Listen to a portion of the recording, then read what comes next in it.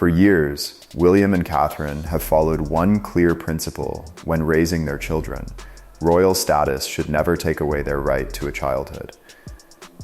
But what happens when privacy itself begins creating questions a child cannot understand?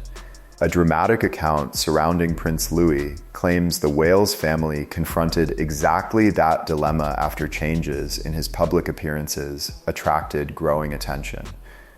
The story contains numerous unverified private conversations, so they should be treated cautiously. Yet underneath those claims sits a powerful question about royal parenting. When does protecting a child through silence stop helping and begin making that child feel excluded? William and Catherine's cautious approach toward their children's public exposure is hardly surprising. William grew up under extraordinary media attention and experienced the loss of his mother, Princess Diana, while still a teenager. As a parent, he has consistently tried to give George, Charlotte, and Louis greater separation between royal duty and ordinary childhood. Their appearances are generally selective rather than constant, and Catherine has often played an active role in how family images are shared. The supplied narrative builds upon that established protective instinct, suggesting William became especially determined to shield Louis when questions supposedly emerged about the youngest child's participation in public engagements. According to the account, Louis began appearing less frequently at certain events, and observers eventually started noticing the pattern. The story claims some appearances were reconsidered while the family maintained privacy around the reasons. Importantly, an absence from a royal engagement does not prove that something is wrong, and the source does not provide reliable evidence establishing the dramatic explanation it later offers. Still, the narrative accurately identifies a challenge public families face. Unexplained changes can generate speculation. The more aggressively parents protect private information, the more outsiders may try to fill that information gap with theories exactly the outcome privacy was intended to prevent. The story's emotional turning point supposedly occurred during a private rehearsal at Windsor. According to this unverified account, Louis became uncertain about whether he was supposed to participate publicly and asked Catherine a question suggesting he felt excluded. The source portrays Catherine as deeply affected because she realized their attempts at protection may have communicated something entirely different to their son. No reliable public evidence confirms this private exchange, but its central idea is psychologically understandable. Children interpret changes even when adults provide no explanation. When routines suddenly disappear and conversations become quieter, a child may create an explanation independently, and that explanation may be far more frightening than reality. The narrative claims the atmosphere affected George and Charlotte as well. George is portrayed as becoming increasingly careful and quietly concerned about his younger brother, while Charlotte supposedly tried to lift Louis' spirits through small gestures such as handwritten jokes. These specific scenes are not independently verified, but they illustrate the broader family consequences the story wants viewers to consider. Protecting one child can unintentionally affect siblings when nobody fully explains why household routines have changed.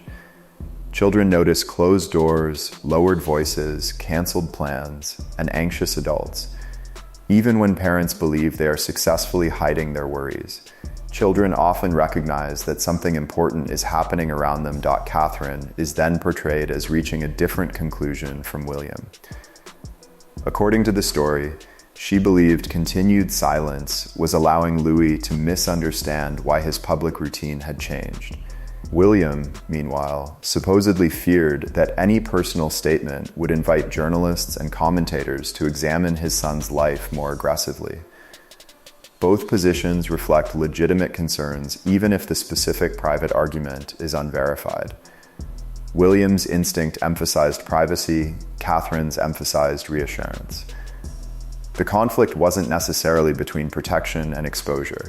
It was about finding the narrow space between them saying enough to prevent a child from feeling ashamed, while refusing to surrender details that properly belong to the family.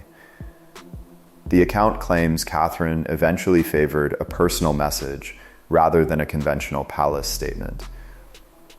Advisors supposedly preferred carefully controlled language, while Catherine wanted something that acknowledged genuine family emotion without revealing sensitive details.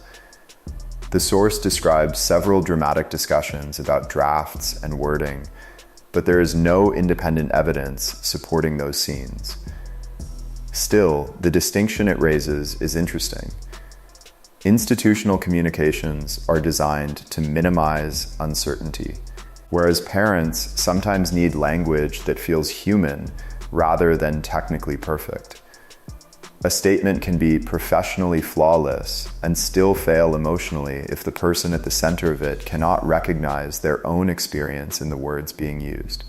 King Charles is also brought into the narrative, with the source claiming he supported allowing Louis to understand and approve what would supposedly be shared about him. Again, this extraordinary private claim is not established by public evidence, but the principle behind it is valuable. When information concerns a child, that child's dignity should remain central. The account describes Louis supposedly preferring language that presented him as actively regaining confidence rather than passively being described by adults. Whether that conversation occurred cannot be confirmed. Nevertheless, allowing children an age-appropriate voice in conversations about their own lives can help preserve their sense of control and identity. The story then imagines the downside William had feared: intense media analysis following greater public openness.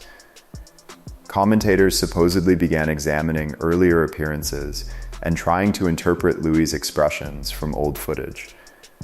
Regardless of the underlying narrative, this highlights a genuine ethical boundary. A photograph of a child cannot reliably reveal their private emotional state, and freeze-framing ordinary expressions to construct dramatic conclusions risks turning childhood into entertainment. The account portrays William as deeply frustrated by that possibility. His underlying position is easy to understand. Being born into a famous family may create unavoidable public interest, but it should not eliminate a child's right to emotional privacy. Eventually, the narrative brings William and Louis together for its most emotional, alleged conversation. Louis supposedly explains that adults becoming unusually quiet around him had made him feel separated from normal family life. The account further claims he had once overheard William crying and remained silent because he didn't know how to respond. There is no independent confirmation that this conversation occurred, so it should not be repeated as a factual royal revelation. But the storytelling lesson is powerful. Adults sometimes hide fear because they believe silence protects children, while children may interpret that same silence as evidence that something is too frightening to discuss. From there, the story moves toward gradual normality rather than a dramatic royal comeback. Louis supposedly wants future experiences to happen at his own pace, with George and Charlotte nearby. That is arguably the strongest idea in the entire narrative. Recovery, confidence, or simply returning to familiar routines does not need to become a public performance. William's privacy instinct and Catherine's preference for carefully limited honesty do not have to contradict each other. A family can communicate enough to reassure a child while still maintaining firm boundaries around what outsiders are entitled to know. Protection works best when it includes listening, not merely withholding information. Ultimately, the supplied story contains many private scenes and quotations that cannot be independently verified, so it should not be presented as confirmed news about Prince Louis or the Wales family. But the broader question it raises deserves discussion. How should public parents balance children's privacy with the misunderstandings prolonged silence can sometimes create? William's instinct to protect his children is understandable, while the narrative's version of Catherine argues that carefully chosen honesty can also be protective. Where would you draw that line? Share your thoughts respectfully below, subscribe to the channel, and turn on notifications for more carefully framed royal family stories and discussions.